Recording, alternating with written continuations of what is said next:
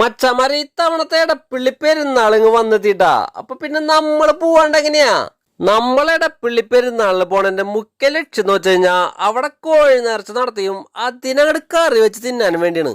തിരക്കില്ലാണ്ടിരിക്കാൻ വേണ്ടി നമ്മൾ നേരത്തെ പുറപ്പെട്ട് 4 മണിയായപ്പോഴേക്ക് അവിടെ എത്തിട്ടാ. കോഴിനെ ഡ്രസ്സ് സെറ്റാക്കി അതിലേക്ക് വേണ്ട സാധനങ്ങളൊക്കെ റെഡിയാക്കിട്ടാ. ഈ ചോന്ന തലക്കെട്ടും കെട്ടിയിരിക്കുന്ന ഗഡിയാണ് നമ്മുടെ സ്വന്തം മയപ്പനായ ആസ്ഥാന പാചകക്കാരൻ ബാബു. നമ്മൾ കുമ്മനടിച്ച സൈഡിൽ ഇരുന്നാ മതി, എല്ലാ പണിയാളും ഒറ്റയ്ക്ക് ചെയ്തോളും. ഒരു സൈഡിൽ നല്ല വറുത്തരച്ച ചിക്കൻ കറി വേവുമ്പോ അപ്പുറത്ത് കുഞ്ഞച്ച നല്ല കിടിലൻ ബിരിയാണി ഉണ്ടാക്കണ്ടാ. ഇവിടെ ആൾക്കൂട്ടത്തിൽ ഒരുമിച്ചിരുന്ന് ഫുഡ് ഉണ്ടാക്കി കഴിക്കുമ്പോഴുള്ള ഫീല് അത് വേറെ എവിടെയും കിട്ടില്ലേട്ടാ.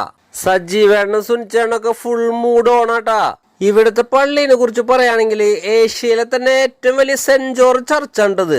എല്ലാവരും ഫാമിലി ആയിട്ട് പോയി പെരുന്നാളിൽ പങ്കെടുത്ത് അങ്ങോട്ട് ആഘോഷിക്കുന്നത്.